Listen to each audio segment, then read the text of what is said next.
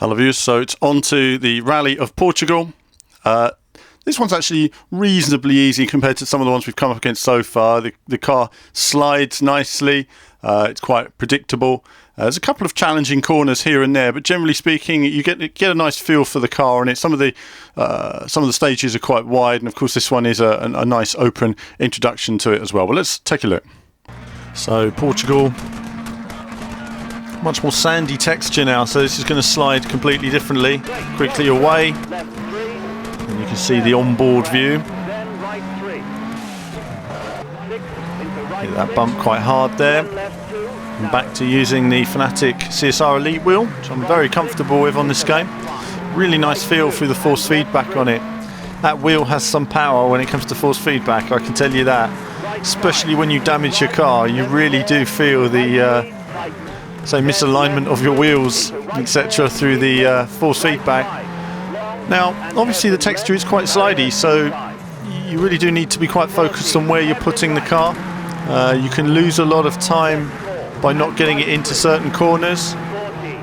There's a lot of understeer with the loss of grip, so you're often turning in quite early to really aggressively take them.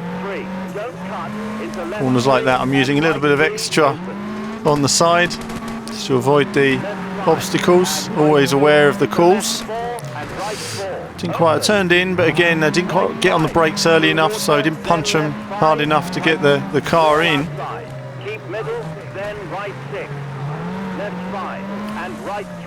Through this tricky section, a lot more tricky than it looks actually. It looks quite wide there, but in reality when you're driving there's one line, so if you make a mistake and just get a wheel out of place, it can often roll the car and end your rally entirely.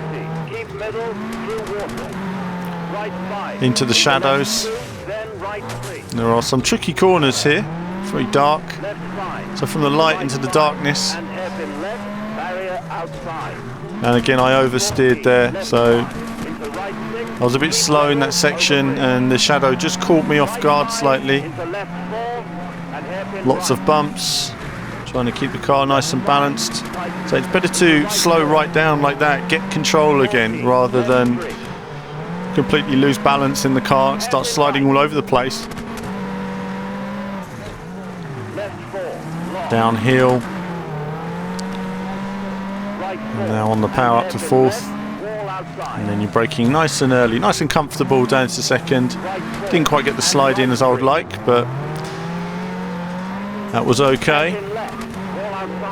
Sometimes you need to be questioning, which gear you need. And I think, again, like you say, second gear was working well for me there. You don't always need first gear on a hairpin. It really does depend on the texture of the hairpin and the shape of it. If it's a V shape, then obviously you'll always be straight down to first. But the nice curvature and its opening, then second gear is adequate. So the latter half of this stage, going back uphill again,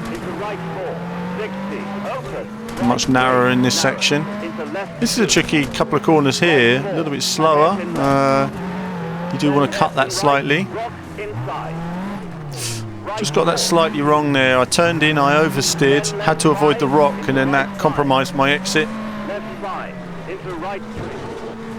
And now through the final corners, and that is stage one of the Portugal Rally. So, Rally of Portugal.